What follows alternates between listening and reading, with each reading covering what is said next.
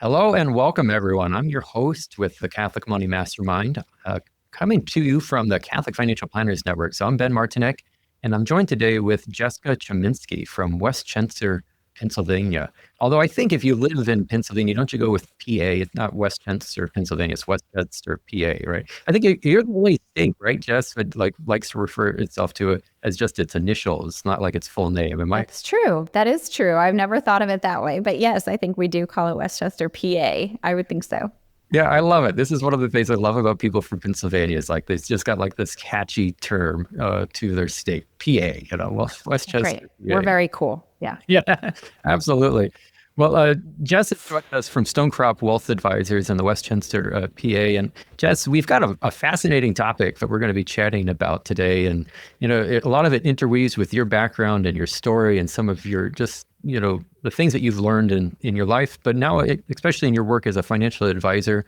And so I'm looking forward to jumping into that conversation and getting into that content, especially as we kind of interweave these notions of just opening your life up to God and trusting his will and his providence and being willing to say yes and to be courageous and, to strive for virtue and to have this sort of theme running, not just in your daily decisions, but in your financial decisions. So, this is going to be, great work that we have. But, before we get into that, I'd like to just have you share a little bit about yourself and your background, especially your firm and, where you're from. So if someone wants to find you, Jess, where would they find you?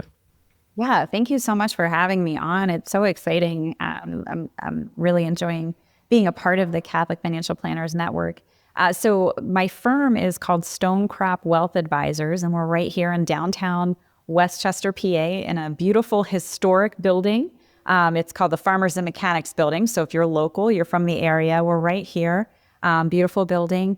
And we are right down the street from, I told Ben I was going to plug the best parish in the Archdiocese of Pennsylvania. I'm in Philadelphia, St. Agnes. So we're right down the street in Westchester. Yeah, well, fantastic. Well, folks, I'm sure you're going to want to reach out to Jess after we have this conversation because she just has so much good life lessons, I think, in her experience that she's able to pass on. I think it's going to be passed on in the podcast episode, but it's going to get passed on to her clients as well. And so, Jess, as we were chatting, ahead of the call, one of the things that stood out in our conversation is that part of your background and before you became a financial advisor, which is somewhat of a relatively recent transition for you, is that you had just retired with 20 years in the Army Reserves. And that, there were just some lessons that you had picked up from your time there, maybe some of the ups and downs and challenges that come with, life in the Army Reserves, but maybe just the importance of, saying yes to something and seeing that yes through. And so, if you could, what are just some of the takeaways of, 20 years? I suppose before I say much more, I just want to say thank you, publicly for your service. Thanks for your yes for serving in our country in that way in the military. But yeah, what kind of lessons have you learned from that experience? Yeah, so I'm actually still actively serving. So I'm still a reservist, which is really fun. It's really kind of neat. It gives me an opportunity. I joke about it. It's, I drill one weekend a month and then our 2 weeks in the summer. But it gives me kind of a nice weekend away. It's a little bit of a mom's spa weekend. So that's great.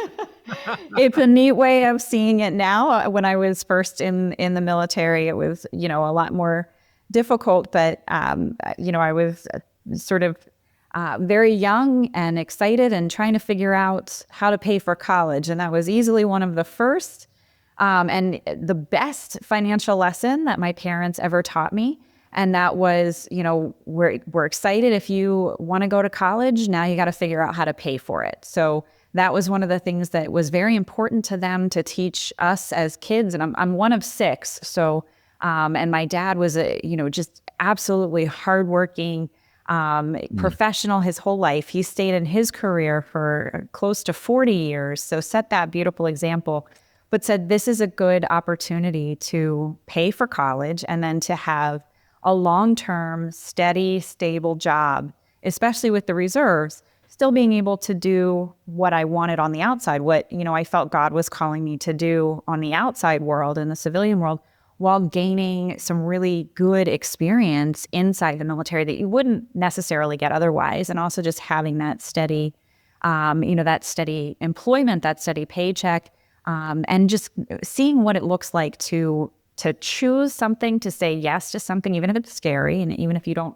really know what it looks like the whole time, but sticking with it and sticking with it through the ups and the downs. So, with the Army, I joke with my husband because I actually enlisted first.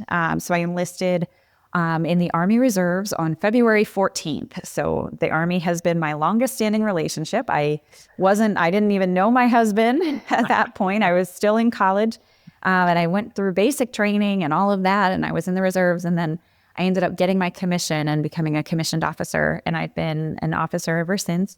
And through all of, our different life transitions, the Army has been there. So sometimes, we get along very well and other times we don't. But sticking with something that is there's a light at the end of the tunnel, and having that, that important time hack of, after 20 years, you're eligible for the pension. So that's kind of the big carrot that they put in the very beginning, and they tell you that ahead of time. So it is a unique thing to have, something that you're doing for 20 years. And then to kind of see at the end of it, or close to the end of it, I'm still in. I'm not quite out yet, but I'm toying with the idea.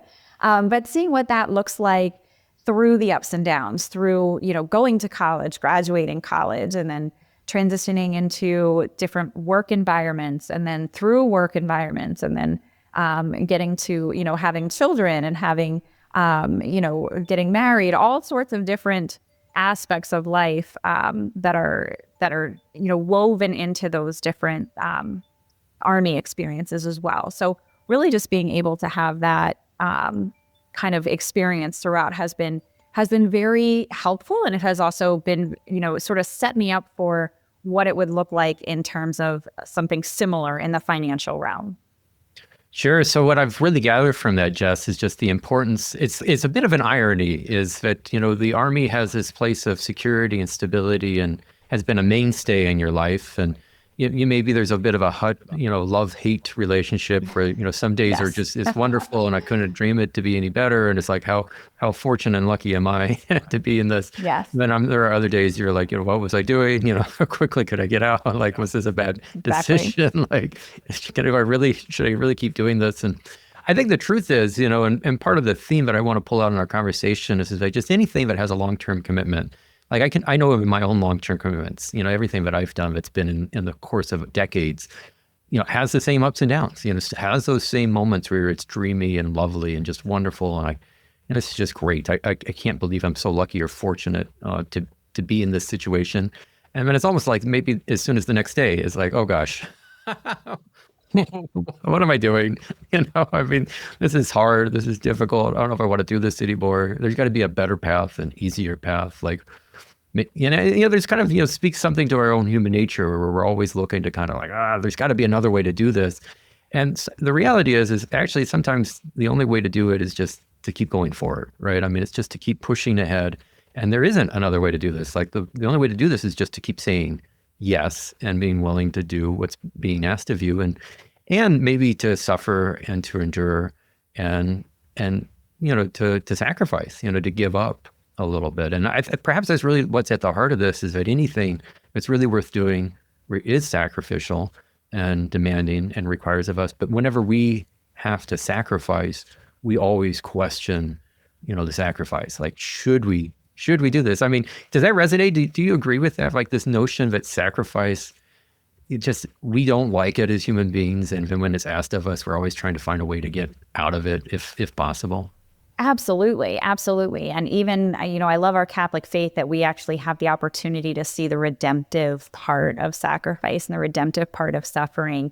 But even in things that seem mundane or ordinary. So one of the jobs that I do on the side is I'm the physical education teacher at my children's school. And one of the things that we always talk about in phys ed, when you're doing sit-ups, when you're doing all these different things, the importance of isolating muscles, because your body tries to cheat. Your body's always going to try and find an easier way. And that's exactly what you were saying. We're trying to find the easier solution, the easier thing.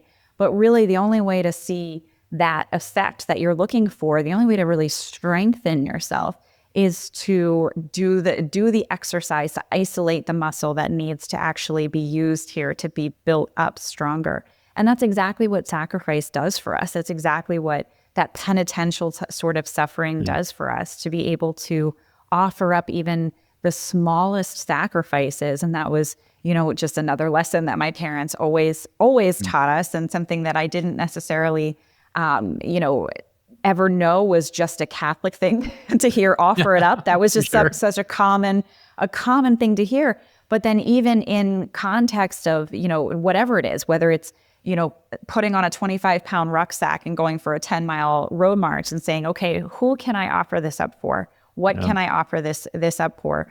And knowing that, that sacrifice in and of itself is not only strengthening your body, but also strengthening your ability to offer things for the good of the other, for true charity, and to unite that suffering with Christ on the cross. So I think all of those opportunities work so well together, and they're all oriented toward truth, which is why you can see it in every aspect of life. So it really absolutely resonates. And I think, with that long endurance of suffering, and it's not even necessarily, it's all constant suffering, just that patient endurance and orienting yourself toward whatever God has for me right now, whatever he's asking me to do, I'm going to endure it for the sake of his glory. And that just makes it easier. It makes it easier to always go back to that and say, whatever this is, this thing that I don't know why you're asking me to endure this. I don't know what's on the other end,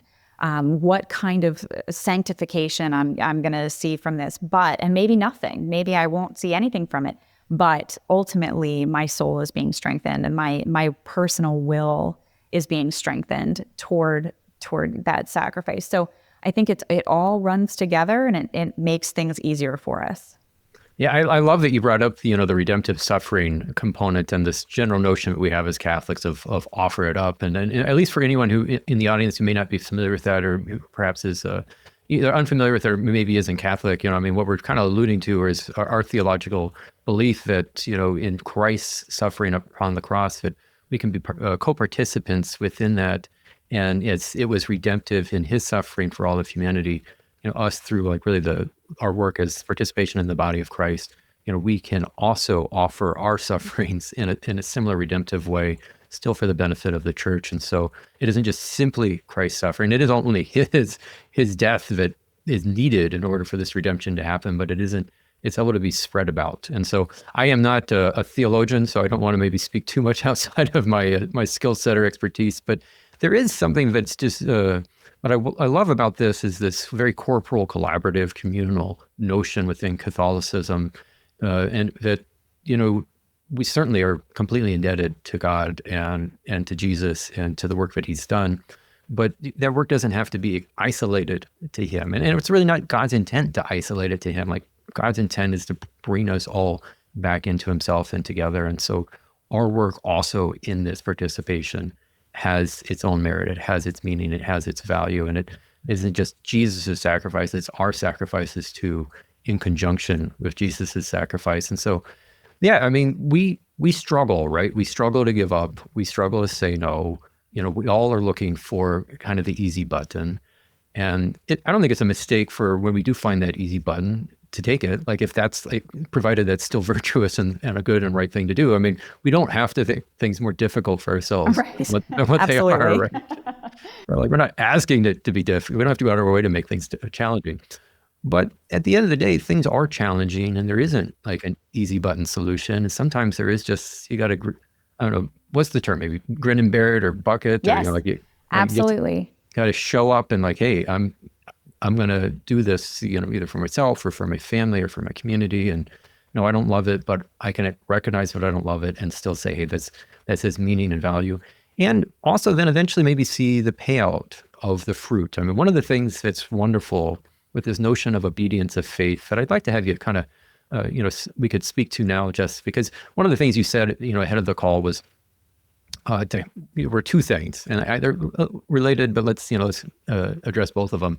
One is to cast a wide net, but also, God blesses yeses. And so like this notion of just like, hey, let's just put ourselves out there and do this. And, maybe a wide net isn't just like in the present terms. It could be a wide or a long net over the course of a long period of time, like this 20-year commitment to ups and downs.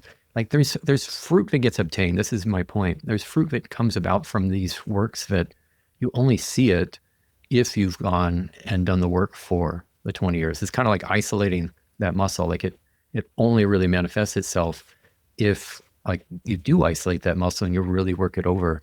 So I'm kind of curious in just some of your experience with, God blesses yeses and cast a wide net.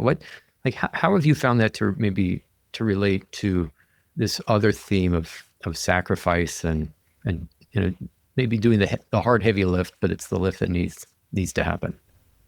Yeah, absolutely. So just since, I first even considered joining the military and thinking this is how I'm going to pay for college. But what I really wanted to do when I was in college, I went to Temple University in Philadelphia for social work because my dream was to open a crisis pregnancy center after college, which was not a very popular idea. I'm sure it was not. In the social work department at Temple.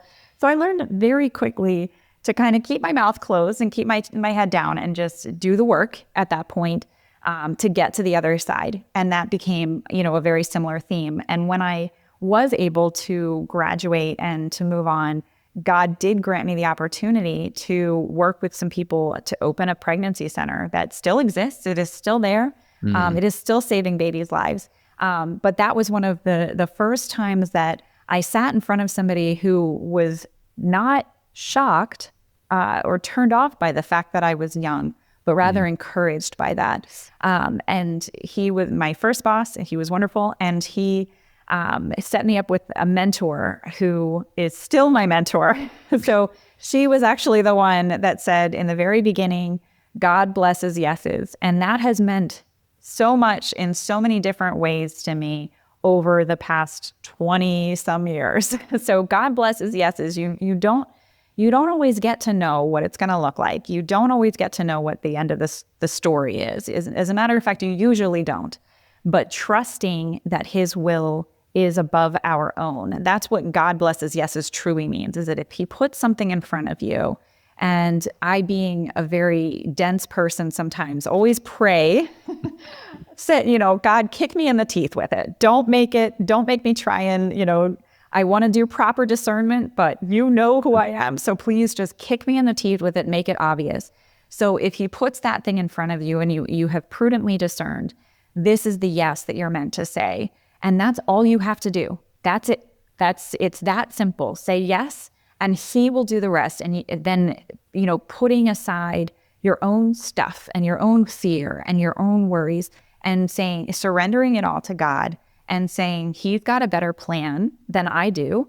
And it's always better. And, I continuously learn that because I continuously forget that. And whatever the yes is, just being willing and able to go with it. And I think that's another thing that, the Army has taught me, is being flexible. We have a saying that I think we steal from the Marine Corps, Semper Gumby, always being flexible. So just knowing that it's not necessarily going to look like what you think it's going to look like, but going with it. And I think it's important to, continuously have that well-formed conscience, continuously do that prudent discernment.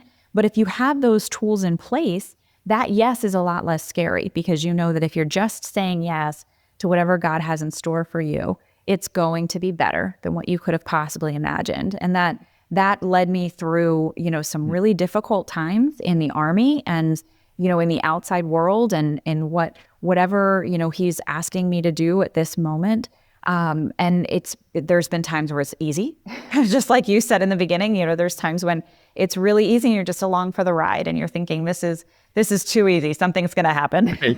Right. And it usually does. Exactly. True, It usually does. So at a certain point in my military career, I did have to make some tough decisions, and I was faced with some difficult challenges that involved prudent discernment. And that was another piece where I started to make this transition into the financial world. And at that point, that same mentor came back and said, cast a wide net. And, just more beautiful advice. Just cast a wide net. You never know what God is going to put in it. And I was not expecting to find myself in the financial industry. It just wasn't something, I had a heart for service. I had a heart for social work and for crisis pregnancies. And that was always how I was oriented until, I didn't know what I didn't know. So when I did cast that wide net, I actually found my firm before anything else. And I found them because they wanted to do the same thing. They wanted to, I know we've talked about it a lot on the podcast, but faith-based investing is the crux of what this firm, it's the reason that we were started. It's the reason, that any of us are here, and that our president and founder created this firm was to be able to live the gospel loudly so that we're not just doing this work, we're doing it for the glory of God. We're doing it in order to glorify God. That's not just a side note. That's the whole purpose behind it. So I really identified with that and was once again shocked by how God was putting this thing in front of me. And I discerned it and kicked me in the teeth with it. And I said, okay, yes, I'll do it. And it has been nothing but a blessing since. So this mentor of mine, she just keeps, she's right every time. But she would say it's not her, it's God. And it's what, he gives us these very simple things to do. And like I, kind of say all the time to my kids, it's easier when you just do what God wants you to do. It's easier. And sometimes it looks harder. Sometimes it's dressed up like it's a little bit harder, but it's really just a lot easier. So we know what we're doing, and we sometimes we don't know how we're doing it. We don't know how we're going to get there, but ultimately we know what the goal is. Yeah, but there's just a consistent theme in all this, Jessica, because it's like, well, at the beginning of your time in the military, and I didn't, quite fully circle back to that, but there was an irony there where it's like it was a security and a lot of stability and, a mainstay in your life. But even at the outset of it, it was filled with, like, what am I getting myself into? And this is kind of risky, and this is scary. And do I really want to do this? And like, what if it's the wrong decision? I think maybe like that's a common worry that we have, or fear of like, am I going down the wrong path? And maybe do I need to make a change? Should I not continue down this path? Maybe I need to go down another path. And, all these have these degrees of risk or scariness to them. And, we're always maybe, again, going back to this notion of like trying to get out of sacrifice, like let's try to find that easy path if it doesn't have any challenge or any sacrifice to it. I mean, that's as much as we're trying to pivot away and make hopefully what seems to be a wise and financial decision. There's also just this desire on our part to be like, well, let's just see if we can't get that shortcut, worked out for ourselves. But then, the real fruit or the benefit, and just the thing that I'm taking away from our message and our conversation, it's just so beautiful, is like, look, if you really want something wonderful or do something great in your life, even more so, like you have to be willing to sacrifice and stick it through. And there's going to be days in which you're challenged. You're going to have your ups and downs, but especially on those down days, in those valleys, you need something to lean into, maybe some sort of guidance or help to get you through, the point where you're wondering if you're making the right decision and maybe now is the time to change. And that's the whole challenge in some ways, because maybe a change is actually the right thing to do. Maybe that is what you're being asked of you, but maybe you actually know the right thing to do is to push on and to stay the course and to continue with what you have been doing and make it yourself through to the other side. And so I think just with some of these thoughts in mind, this speaks to me of just the value of a good financial advisor, especially the value of the Catholic Financial Planners Network, and like having someone working and walking alongside of you. A lot of times when I'm working with clients, they work with us to start because they're looking for technical assistance. They're looking for someone potentially who's smarter than them, or at least more well-read than they are, and give them, this is the right answer, and there you go. And that's what they want in us, and that's what we deliver. But as much as there's a technical component to our work, I will say I think a lot more of our work that no one seeks out as a client, but is what we actually deliver on, is probably what we're best at, is helping to nudge and push our clients on, either to take a risk that they're a little hesitant to take, or to keep them on a path that they're not sure they want to stay on, but it's the right path for them. And so Like, and the value of a good advisor in those roles, well, it's the difference between getting the benefits of these long-term fruits in your life by enduring and persisting in a long-term commitment or not. And, the kind of the sense that we're saying, getting from this is like, these fruits are kind of hard to come by. They're rare, and they're becoming in some ways more rare within our culture and our time, because there tends to be less and less of a desire to stick it out and stick it through. And so if you want to get on the other side and see the benefits of what a long-term commitment can get for you, like, this is actually where an advisor can really help you. Like, you're paying them, they're getting paid to help you stay the course. So folks, I just think if you're looking for an advisor, certainly hope you would maybe look out to the Catholic Financial Planners Network. We keep growing, we keep adding advisors. Maybe there'll be one coming to a town near you. But of course, many of us work virtually or have the ability to do so. But certainly, consider reaching out as well to Jess and her firm, Stonecrop Wealth Advisors. Did I say that right, Jess? Am I getting sometimes? You did, yes. You hit it. Yep, just like the stone which the builders rejected, right? Yeah. So, I mean, Jess has got the wonderful things that she's sharing here too, but I feel like that's the heart of this conversation is just like the best things in life, to achieve real greatness in life is going to come at a cost, and it is going to require a degree of faith, maybe a huge degree of faith and a willingness to trust and to turn your life over in trust to God and allow Him to do things in that place of vulnerability, that place of faith, really, that, well, He couldn't do otherwise if we're not willing to let Him. And so there's like this beauty of obedience. And I know that this is something you had alluded to just before at the start of the call. Just in your experience in working maybe within the military, but maybe even with the advisory firm, and what's been some of the benefit of, we don't always like this, as Americans, we'll just be obedient, but like, there is some times where it's just like, that's actually just good for us. Like, what's your take on that? Yeah, it's always been, I guess, something that there's a little bit of a duality to it, right? So you have to trust and be obedient, but you also have to be, prayerfully discerning and also, have that well-formed conscience. But when the obedience is to a proper authority, it does make things easier. It just makes it so that you can kind of rest back and say, okay, I'll follow orders. There are some days, when it is just easier to follow orders, as long as those orders are coming from from the church, from a good authority. But even in the Army, it's funny having seen both the enlisted side of the house being, a PFC, a private first class, moving sandbag from here to there, and sometimes those orders are just to keep you busy. I found that out now.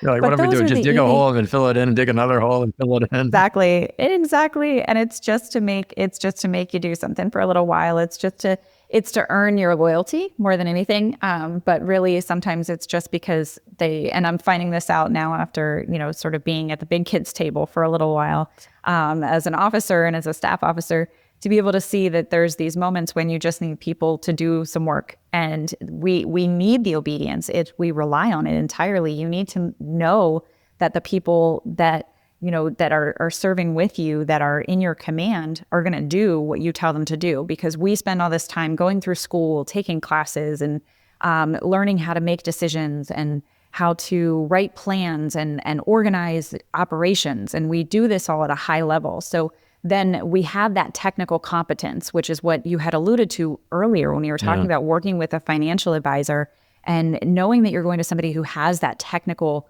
competence, and then being having the humility of the person who's seeking that guidance, to follow that and to trust. And it takes humility to say, I've heard a lot of things, or I think I know better, but I'm just looking at you to fix this one problem. But being willing to sort of enter into the entire process. And that's why I think financial planning plays such an important role in people's lives, because it does incorporate the wholeness of the person and the family and the dynamics that you wouldn't necessarily otherwise, consider, because you don't know what you don't know. And that's sort of the thing that has always come back and hit me, is you don't know what you don't know.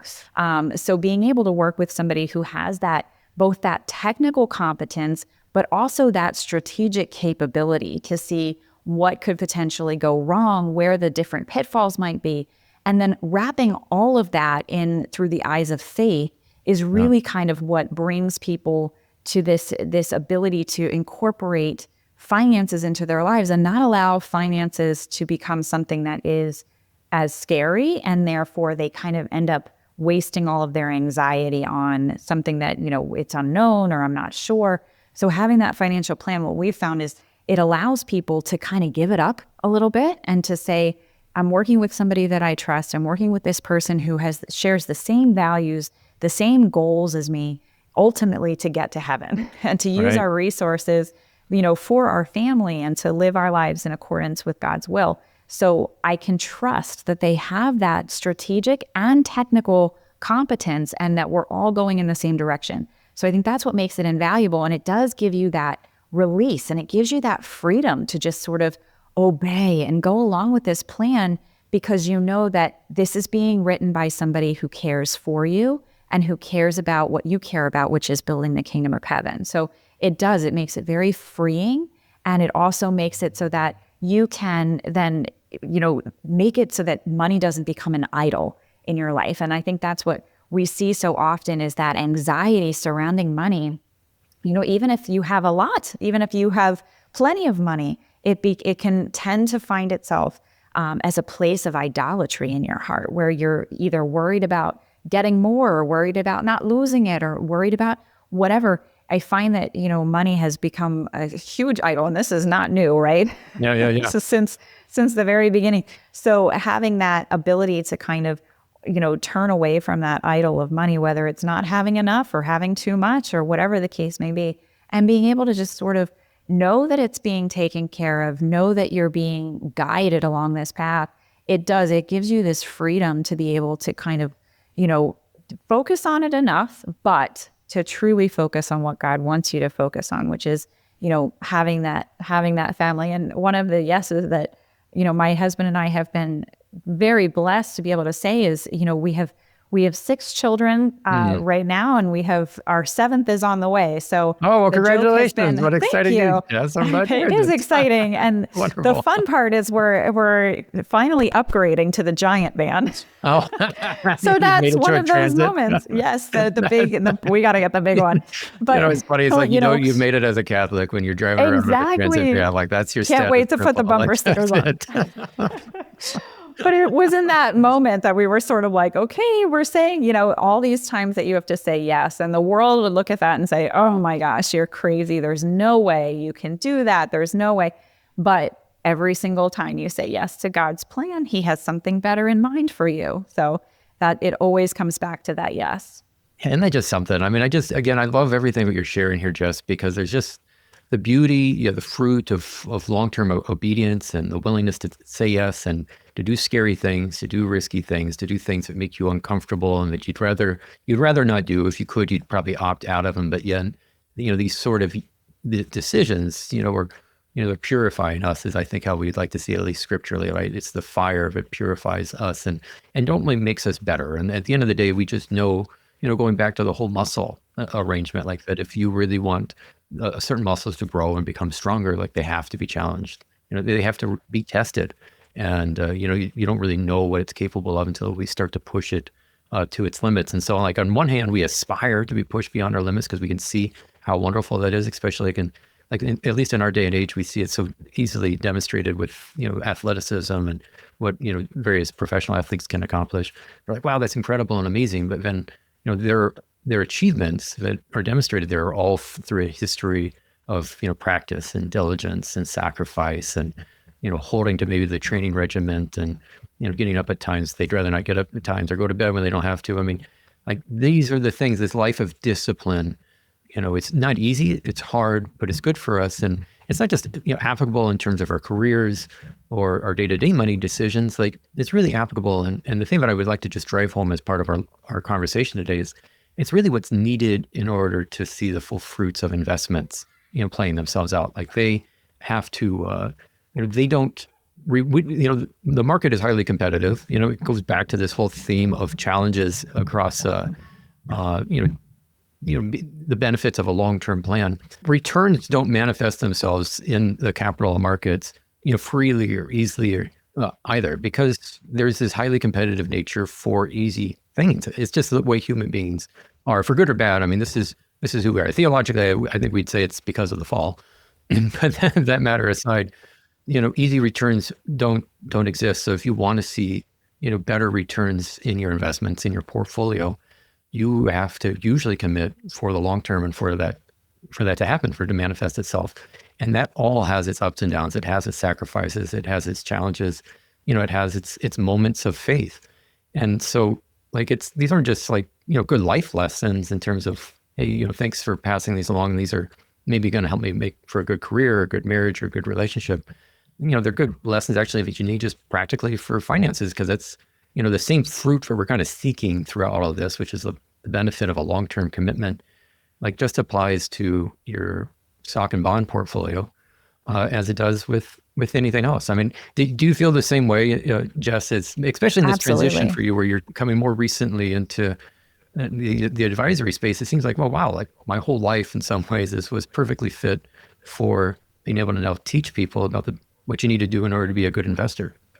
Exactly. And it was funny, I sort of thought about how the retirement system in the military is built right now. I'm on, so I am part of just the regular pension benefit, but there was a point, I want to say it was about 7 or 8 years ago, where they actually introduced a different type of retirement system. And at that point, and I had no idea about the financial industry at all, but I was voluntold, as we say, to become an expert on this new type of retirement system. And it was called the blended retirement system. People are in it now. The younger soldiers are in it now. But it was all based on this premise that you weren't going to do a full 20. So they wanted you to do some self-saving, and they wanted to, there's a match. So it's a little bit more of a hybrid type of retirement plan. And it's all based on this premise that there's no way you're going to stay for 20 years. People just aren't doing that anymore. They can't wait that long. They have too short of an attention span. So when I was doing the research on these two, comparing these two benefits, by far, the traditional, the old school pension plan benefits you a lot more, but you have to be in for 20 years. Otherwise, you don't get anything. So that was sort of the idea, was they were thinking, well, people that can't make it for 20 years, or who don't want to make it for 20 years, will at least get something. They'll get less, but they'll get something. So it's not even necessarily what's the best for the soldier or what's the best for the person, but it's what they thought was the most realistic. And it's an awful lot like the harm reduction model that we would see on the social work side of the house, sort of what we think you're going to do, what human behavior would tend toward. So when looking at this, is it what is best? Is it what is actually the best for the person versus what we think they're going to do? And there's always that balance, right? When you're putting together an efficient portfolio for someone, what's their risk tolerance versus their risk capacity, and where does that intersect in the human? What part of this is the human aspect of it? But really having the ability to encourage people to see this as, yes, it's a little bit of a challenge to have to wait it out, but here's this path forward that if you continuously take these little steps and you continuously rebalance yourself across the way, right? So there have been times, my goodness, I've had to rebalance in the Army, whether it's, finding a different unit, switching to a different job, things like that, a little bit of a rebalance, and kind of recommit yourself and say, okay, it's not all is lost. We're going to just keep plugging away, but this is the ultimate goal, and this is what's best, and this is what is going to get us the return, the ultimate return that we're looking for. But the only way to get it, and there have certainly been times when this is a sure thing, or this is a quick fix, this is the fastest way to, the highest return. And you kind of look at it and it's sort of, it's a little bit of a house of cards, and you're like, I don't know that I trust that. So going back to the sure and steady and having that plan in front of you that allows you to see by the numbers, this is what it's going to look like. And it's not set in so much stone that nothing can change. It's built on the human aspect of it. So it incorporates all of those behavioral aspects to money that we know are a huge, they're a huge factor. So what are you looking to do? When are you going to need, what buckets of money are the most, applicable to where you are in life? And then when are we going to need to sort of change that a little bit, but without shaking it up to the point where you're pulling everything out and you're running away and you're panicking. So one of our corporate virtues at Stonecrop is calmness. So we really believe in maintaining that sort of level head, and that another one is humility. So really engaging with both of those together and just saying, okay, I might not know best right now. I'm trusting again that this plan is in front of me and is going to incorporate all of those things. And we see that throughout financial planning in all different aspects, when we're incorporating risk and we're looking at these things. So just making sure that we are open to what the suffering might look like. So even if it's not, it's different types of suffering, like we've been talking about this whole time. Sometimes that suffering is just not knowing. And for somebody like me, I like to know. I like to know the end. I'm going to flip to the back of the book first and find out. I like to make sure before I go into the movie, is the dog going to die? I like to know. You don't always have that when it comes to things like this, but being able to trust that you're on the right trajectory and you have that path in front of you, I think that's really where the value lies. And for a lot of people that are beginning this journey, or even, in the middle of the journey, or who have hit a pitfall and are just kind of at a place where they want something different or they want a different perspective. And I think being always able to go back to that discipline of, as you were alluding to, that discipline of patience and, just always being temperate across the board, but seeing what that's going to lead to. And sometimes that's the hardest thing to suffer through, is not knowing. But trusting that you're doing what has been established to be what's best for you by the people who care about you, and that's ultimately what a good financial advisor is going to care about you and your family and where you want to end up, and that's really what's going to help you trust in that plan. Yeah, I feel like, we could almost say that everything we've chatted about is just the fruits of virtue. And I know that's something that's near and dear to your heart, both with the military service and then your work with, at the classical education, the school. Is it with St. Agnes School? What's the school that you're participating in? So my kids go to Regina Luminis Academy. And it's one of the Regina schools. So it's a little classical Catholic school, and they're absolutely wonderful. And we actually used to have a little girls running group, and it was just us girls, and we would meet on Tuesdays or Fridays and Tuesdays, and we would all run together, and then we would eat brownies because there has to be temperance, right? We earned and then our little catchphrase for all of us, we would sit and talk about what mattered to them and through the lens of virtue. So our little catchphrase at the end of it was, "Virtue makes you sparkle." Yeah. So the girls, we would call out, and then they would respond with, "Virtue makes you sparkle." So it was always a wonderful time. Well, gosh, I don't know if I could end it much better than that, Jess. I just think that captures it all. I mean, this is like all the fruits and the benefits that we've been talking about, and a lot of them talking about through a long-term process, are all undergirded by virtue. And so, ultimately, what's the overall benefit of virtue? It's the sparkle that you get on the other side. And so, folks, I hope you've really enjoyed the conversation we've had today. It's been really just insightful for me, and just a good reminder of just like, look, everyone has their challenges, everyone has their setbacks, everyone has their ups and downs. And if we're looking to get long-term fruits in anything that we pursue, we need to do so with the obedience of faith, with the eyes of faith, a willingness to be trusting and vulnerable, but at the same time to have good guidance and maybe good promptings and nudgings and people helping us to stay the course. And Jess has just been a great example of having this mentor in your life has just given you these pearls of wisdom that we've shared tonight between cast your nets broadly, and say God blesses yeses. These are actually new expressions for me that I just love. So I'm gonna take them home today. But even virtue makes you sparkle. I mean, I think it's just like this whole episode has had all these wonderful ideas that are just true. At the end of the day, in my opinion and belief, like these are all just true. And so if you do these things, God does bless you with them. And so. Folks, if you'd like, Jess, I suppose if anyone would like to reach out to you and be connected, what's the best way for someone to follow up with you after today's episode? Yeah, thanks for asking. So our website is stonecropadvisors.com. And I am very quick to answer emails. So I'm always happy to email with people. I'm on LinkedIn. That's the only social media I'm on, I'll be honest. I don't have any other social media. So it's LinkedIn or email for this girl. But I'm always happy to take a phone call or an email too. All right. Well, good. Folks, I sure hope you do reach out to Jess with Stonecrop Wealth Advisors, and then also consider looking out to the Catholic Financial Planners Network and all the many good advisors that we have there. We're growing, every month, we're getting more and more people coming on. And so it's just wonderful. One of the beautiful things that's happening as this network grows is just the number of new advisors that come on, but are also inspiring and insightful and offer good guidance and, the benefit hopefully to the clients. That's what we're seeking, but also just benefit of advisors working together with other advisors and sharing stories and, learning from each other. And so there's just a lot of good blessings that are taking place within the network. So be sure to take a look at, Catholic Financial Planners Network, to maybe find an advisor near you. So everyone, thanks again for your time and attention. Really appreciate you being here. And between now and the next time we're on together, God's blessings to each of you. Jess, thanks so much for being on the show. Thanks, Ben.